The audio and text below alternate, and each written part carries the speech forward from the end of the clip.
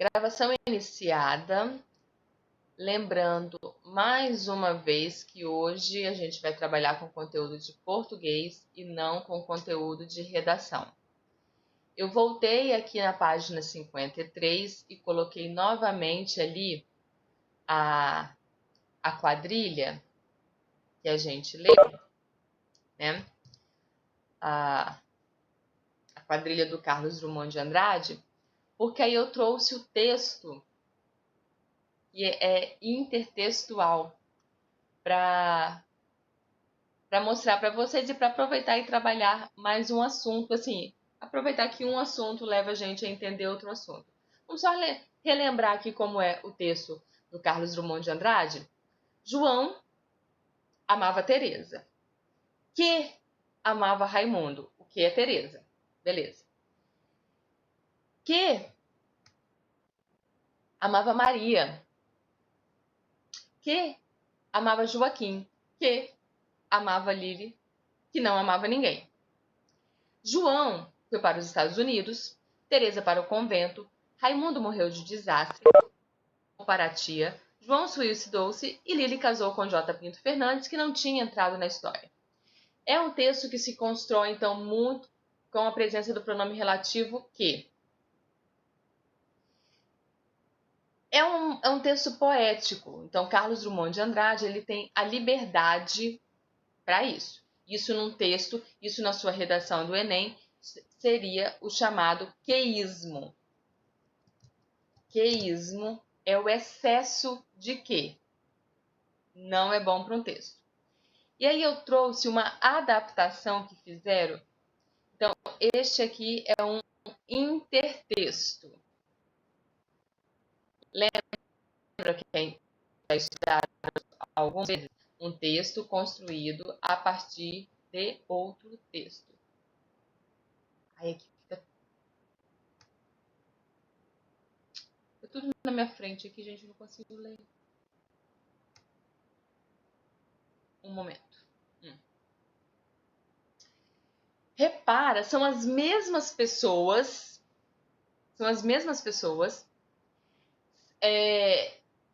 As relações sociais são semelhantes, mas é tudo adaptado para as redes sociais. Óbvio que não foi Carlos Drummond de Andrade quem escreveu esse daqui. Carlos Drummond de Andrade escreveu aquele original que a gente acabou de ler. Bom, João curtiu o status de Teresa, que adicionou Raimundo, que cutucou Maria, que assinou o feed de Joaquim, que marcou Lili, que preferiu o Orkut. Já sabe, então, que é um texto mais antiguinho, né? Só pelas redes sociais a gente já consegue demarcar o texto. João criou o álbum Vida nos Estados Unidos. Teresa criou a página do convento. Raimundo encerrou sua conta. Maria colheu cenouras no Farmville. João parou de postar e Lili casou-se com J. Pinto Fernandes, que jamais gostou de redes sociais. Isto é um intertexto. Tá? É um texto construído a partir de outro texto, usando elementos específicos, que são os termos relacionados a redes sociais. Tá? Mas ele tem a mesma estrutura, ele usa o que da mesma maneira. Eu trouxe só como curiosidade mesmo, de aproveitar e trazer um outro texto para vocês. Vai que aparece isso em uma prova por alguma razão, não é mesmo? Pois bem.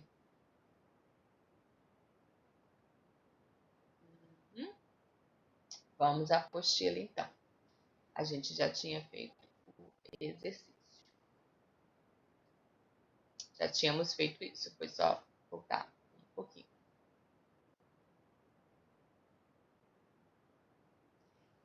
Emprego dos pronomes relativos. Ao utilizar um pronome relativo, é importante estar atento à ambiguidade. Isso é um problema sério. E imprecisões que podem resultar desse uso. Observe o pronome relativo que nesta linha fina. Lembra que a linha fina a gente estudou isso quando estudou notícia, aquele resuminho que vem entre o título e o texto. Não é sempre que aparece, não é toda notícia que tem a linha fina, mas quando tem esse resuminho entre o título e o texto. Então, ficou faltando a internet. Direitos autorais. Governo federal. Federal deveria estar com letra maiúscula, viu? Sempre que colocar governo federal, todo em letra maiúscula. Publica decreto regulamentando lei que tira poder de entidades, como o ECAD, na definição das regras de cobrança dos direitos dos autores sobre obras intelectuais, como livros, músicas e fotografias. Mas o trabalho continua. Segundo a linha fina, o que tira o poder de entidades como o ECAD na definição de regras de cobrança? A lei ou o decreto?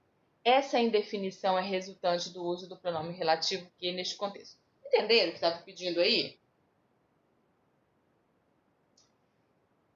Primeiro, o ECAD é o órgão que trata dos direitos autorais, né? Então, ele que regulamenta. Então, se eu for usar o texto, a música de alguém, a obra de alguém, eu preciso pagar direitos autorais. Quanto eu devo pagar? Tá? Quem estabelece isso, quanto deve ser pago, quanto uma pessoa deve receber por ter a obra dele usada em determinadas situações, é o ECAD. Aí, olha só, o governo federal publica decreto regulamentando a lei que tira poder de entidades como o ECAD. Quem é que tira esse poder? A questão é essa. É o decreto que está tirando o poder ou é a lei? Isso é totalmente diferente, porque é como se eu dissesse assim, veja bem, eu tenho uma obra, e aí existe uma lei que tira os meus direitos. A lei vai falar assim, não, publicou, o problema é seu, publicou é do mundo, digamos. A lei tira os meus direitos autorais. Aí o governo publica um decreto que regulamenta isso. Mas aí o jornal coloca, regulamenta a lei que tira. Quem está tirando o que de quem, entendeu? Esse decreto está confirmando o fato de eu não ter mais os meus direitos, ou este decreto está indo contra a lei. Não temos como saber. Assim, quando eu faço a pergunta, bom dia, Lila. Quando eu faço a pergunta para vocês, não é no sentido assim, me deem uma resposta correta. Nós não temos uma resposta correta. A não ser que a gente tivesse informação. Se alguém aqui tivesse informação extra texto, pode falar, mas eu também não tenho informação. O que aconteceu ali? O texto ficou ambíguo. O que deixou o texto ambíguo? Vou colocar uma frase mais simples para mostrar isso para vocês. Vou escrever aqui no chat.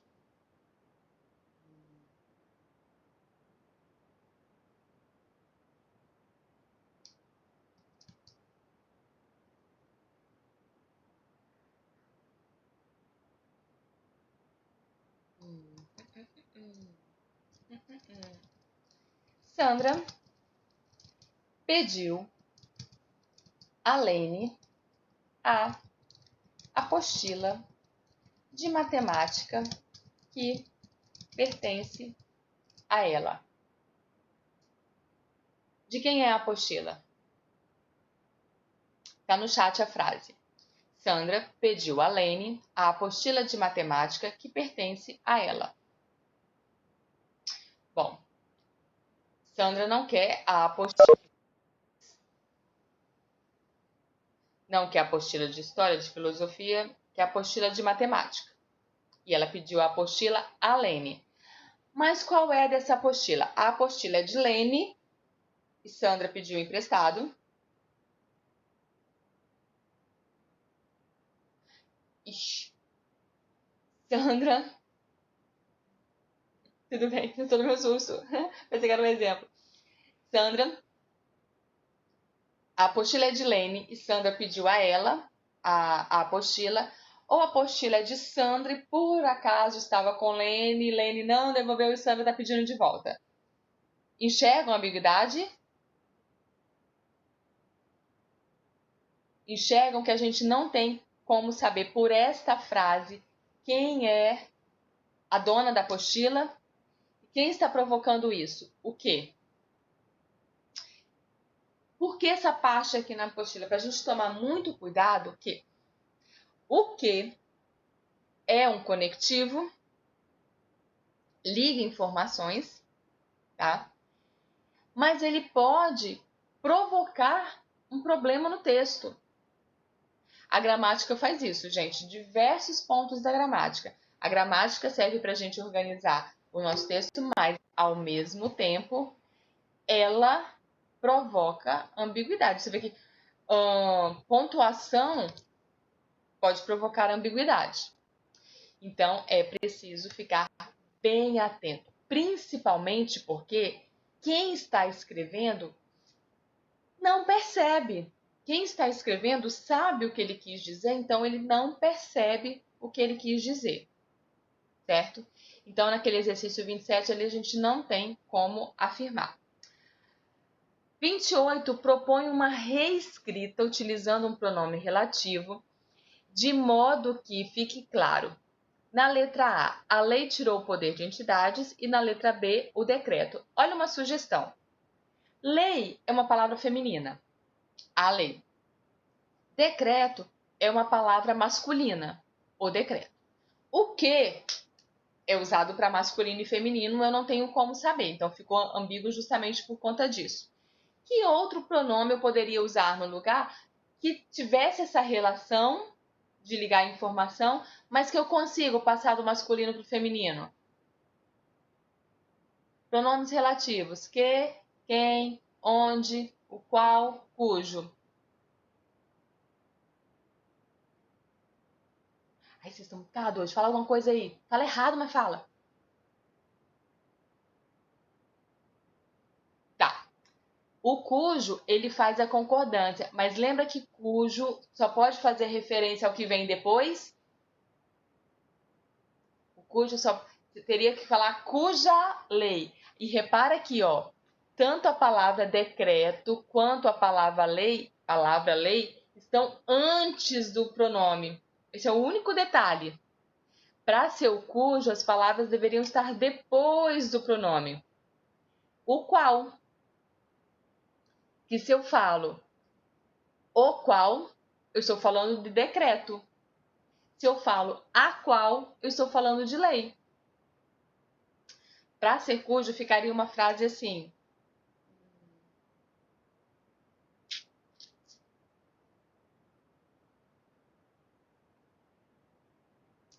lemos o decreto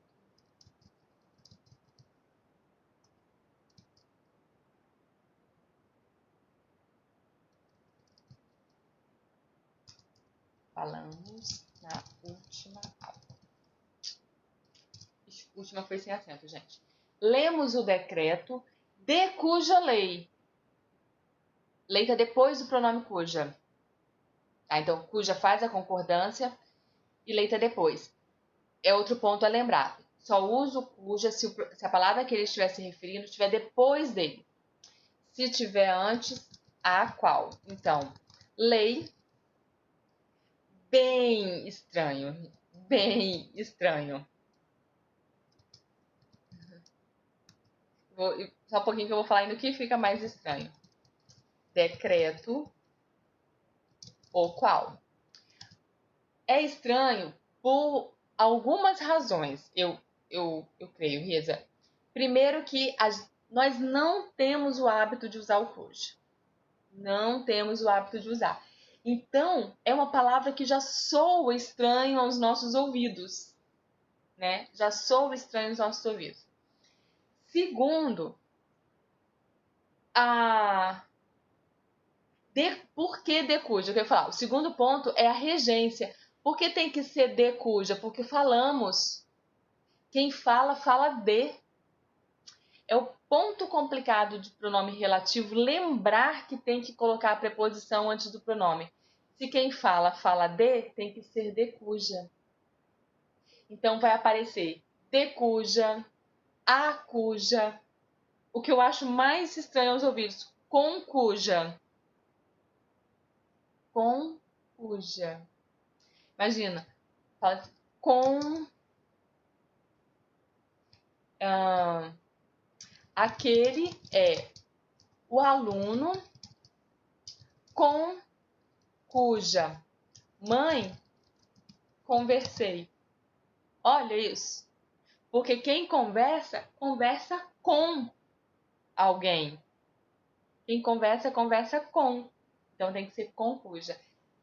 Se o cuja vai aparecer uma preposição antes dele, se o verbo exigir a preposição.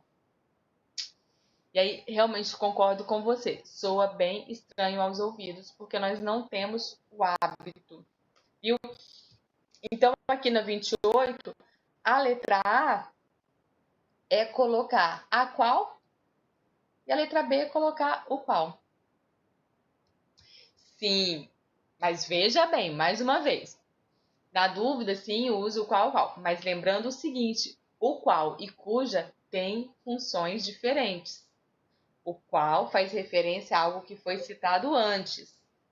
O cuja faz referência a algo que foi citado depois. Tá?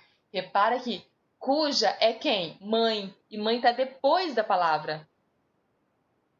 Neste caso aqui, o único pronome que pode ser usado é o cuja. Não pode usar o que, não pode usar o qual, não pode usar a qual. Tem que ser o cuja. Porque mãe está depois. Tem que ficar muito atento para isso, muito atento. Quando eu falo antes e depois, gente, eu tô falando antes e depois do pronome, tá?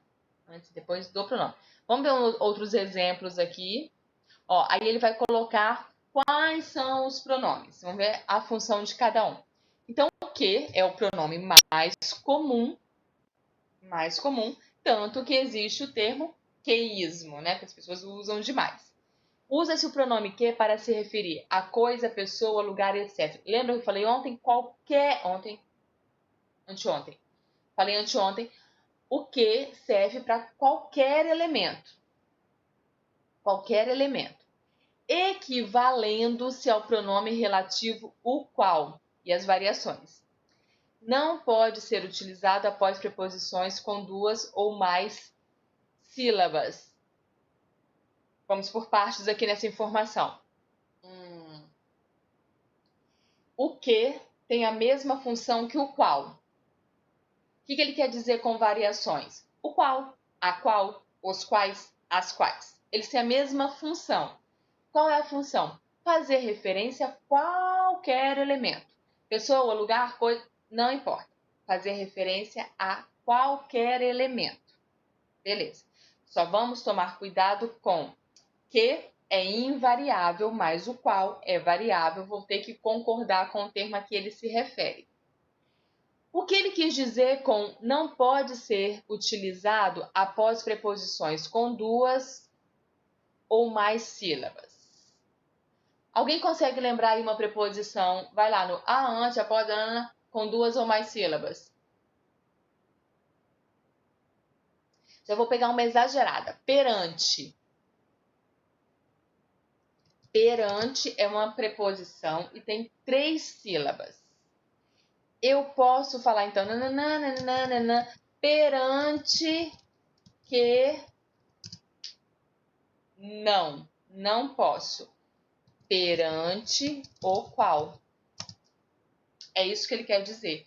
Quando a preposição a ser usada é uma preposição com duas ou mais sílabas, eu uso o qual e não o que. Repara que não é perante que, não, perante o qual. Ou perante a qual. Foi entendido isso? Eu acho que essas pessoas já fazem naturalmente. Eu digo porque eu não me lembro da vida toda de professora de ter lido alguém colocar, de ter lido em algum texto preposição mais extensa com pronome que. Não me lembro. Não me lembro. Né? Acho que as pessoas já fazem isso naturalmente. Ó, Senado aprova projeto que muda a lei de imigração. Projeto que. Seguimos. Aí vem o qual.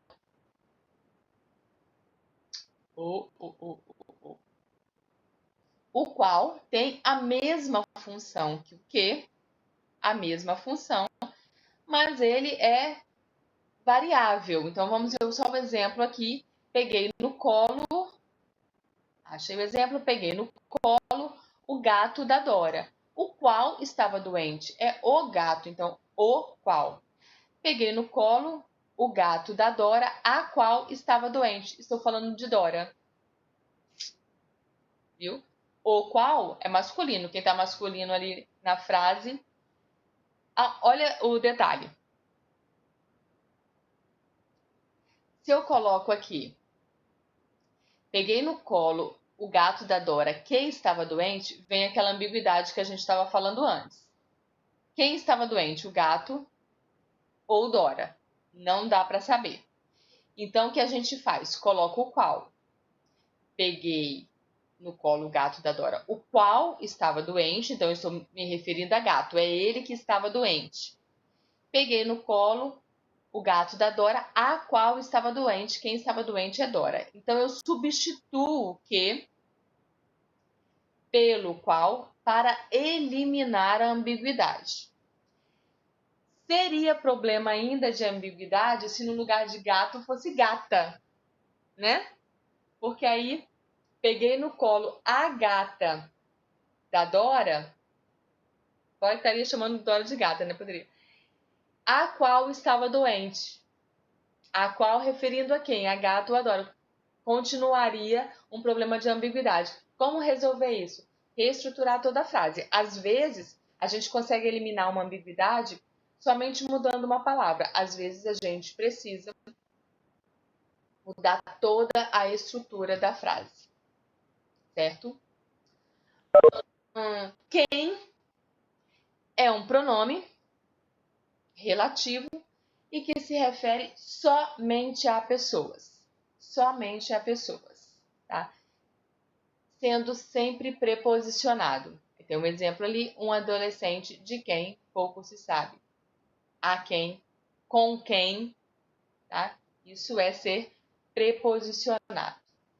E o cujo? Cujo é usado para expressar ideia de posse, concordando sempre em gênero e número com o termo posterior. Isso que eu estou falando com vocês. O termo que vem depois dele. Todos os anos são caçados mais de 30 mil elefantes, cujas presas, presa está depois do pronome, cujas presas de marfim são vendidas a $2.000 o quilo na China e em outros países asiáticos. Cujas presas, viu? Ah, eu uso cujo, mas eu poderia usar outro pronome? Não, você não poderia. Tá? Quando o termo a que se faz referência vem depois do pronome, o único pronome que pode ser usado é o cujo. Não se esqueçam disso. Não se esqueçam disso. Quanto um pronome que faz referência à pessoa, à coisa, né? É normalmente seguido de um pronome indefinido, todos quanto. Esse é bem mais tranquilo porque ele é muito específico, muito específico. E o tal do onde que eu preciso tirar da cabeça de vocês faz referência a lugar. Meninos, coloquem isso na vida de vocês. onde somente pode ser utilizado, segundo a norma padrão, em indicações de lugar. De lugar. Sabe que na correção do Enem, da competência 1, que é norma culta, norma padrão, algumas, assim, os desvios gramaticais não fazem com que você perca sempre a mesma quantidade de pontos, não. Se você, por exemplo, na língua portuguesa é bem complexa a regra de uso de C cedilha e S, por exemplo. É algo bem complexo. Até a gente, professor, às vezes fica na dúvida, tem que recorrer ao dicionário para poder conferir. É algo bem complexo. O Enem entende isso. Ele entende. Então, às vezes, quando uma pessoa comete o desvio e troca, a palavra deveria ser escrita com SS e é escrita com C cedilha, às vezes não tira-se nem ponto. Às vezes tira um pouco o ponto. Agora, se por acaso esta palavra estava escrita na coletânea, aí vai perder muito ponto. Entendeu? A mesma palavra. Porque significa que nem prestar atenção no que você leu, nem isso você fez. Então, isso é algo que pode fazer você perder ponto, mas poucos pontos. Porém, existem erros do tipo casa. É uma palavra muito comum no nosso vocabulário, muito comum. Você vê a palavra escrita diversas vezes na sua vida, é uma palavra assim, simples. Aí, por acaso, você escreve casa com Z. Você vai perder muitos pontos. Muitos pontos. Eu disse agora há pouco que governo federal deve ser escrito com letra maiúscula. E eu encontro muito governo federal com letra minúscula. Pouca gente sabe que deve ser com letra maiúscula. Aí as pessoas perdem um pontinho por conta disso. Mas aí, lembra que eu comentei aqui que umas seleções que eu peguei de vocês, eu encontrei 5 dessa turma. 5 pessoas escreveram Brasil com letra minúscula. Tem noção da quantidade de pontos que você vai perder por escrever o nome do seu país com letra minúscula? Você vai perder quase metade da nota da competência, se bobear. Então, os erros não têm o mesmo valor. É igual a questão objetiva, né? Vocês sabem que as questões objetivas não valem a mesma coisa. Não é a mesma pontuação para todas as questões objetivas. Não é assim. Assim mesmo, assim, dessa mesma maneira com os erros. Por que eu estou falando tudo isso? Você vai perder uma quantidade grande de pontos por usar o onde, fazendo referência a qualquer coisa que não seja lugar. Porque não existe essa possibilidade em situação nenhuma da gramática. Nenhuma. Onde é lugar fixo. É a faixa onde, é a via onde, como está aí, é a cidade onde, é o país onde, é a escola onde. Mas não pode ser nunca a apostila onde, a ideia onde, o fato onde. Nunca, nunca. Toda vez, então, ficou tentada a colocar o onde, para e observa a que palavra ele está fazendo referência para você saber se pode usar o onde ou não. Combinados? Combinados. Não quero ver ninguém, como tem acontecido ainda, corretora tirando na terceira série, tirando ponto, porque o aluno escreveu onde, fazendo referência a algo que não seja lugar. Certo? Vamos lá. Então, questão 29. Assinale com X as frases em que há o emprego adequado do pronome relativo. Vamos ver todas para ver o que está inadequado, né? Aproveitar para aprender. Letra A são pessoas cujo discernimento admiro. Tá certo, ó. Cujo está fazendo referência a quem? Discernimento. É o discernimento, então é cujo. Não tem preposição, porque quem admira, admira alguém. Não é um verbo que exige preposição.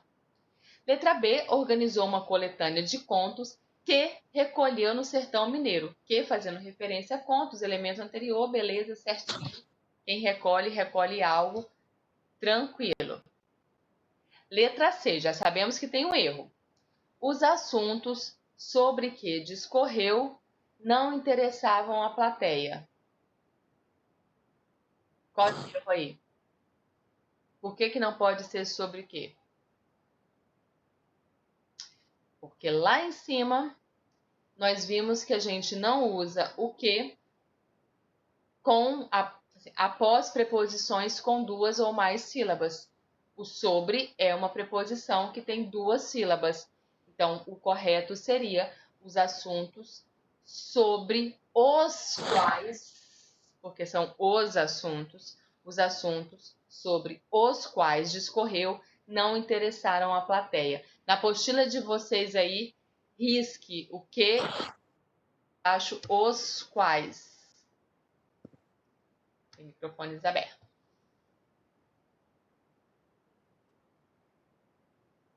Chatos.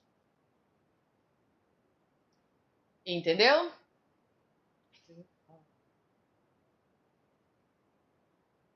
Letra D. Reviu antigos colegas cujas histórias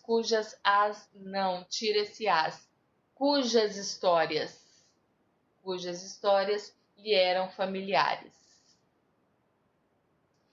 Letra E, irei aonde você for, certo? Sim, eu irei no lugar onde você for, então usa o onde. For, verbo ir, quem vai, vai a algum lugar. A algum lugar. Então é aonde você for. Aproveitando aqui, como eu uso onde e aonde? Onde, no chat, hein? Onde você está. Lugar fixo. Onde você está. Aonde você vai. Porque quem vai, vai a algum lugar. A onde você vai. De onde você vem. Porque quem vem, vem de algum lugar. O aonde é a combinação. Eu juntei a, onde eu vou a algum lugar. Onde juntei. O de onde, às vezes na fala, as pessoas costumam juntar também aquele de onde você vem. Aí, nossa, que coisa de gente da roça falando de onde. De onde é simplesmente a contração do de onde. É a mesma coisa que juntar o a com onde formar onde. É a mesma coisa, tá? Então, donde significa de onde. Certo, pessoas? Sexta-feira vocês ficam calados. Vocês falam. Vocês são muito diferentes. Na sexta-feira já estão assim, né? Destruídos. Destruídos. O donde tá certo, sim.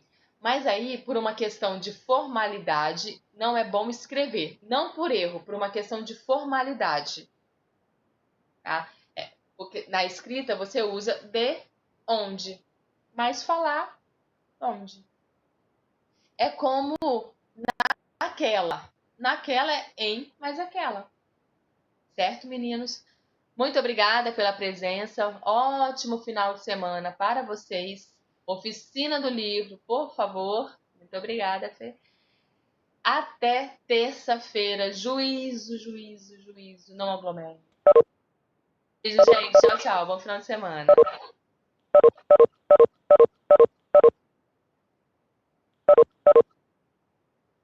Obrigada.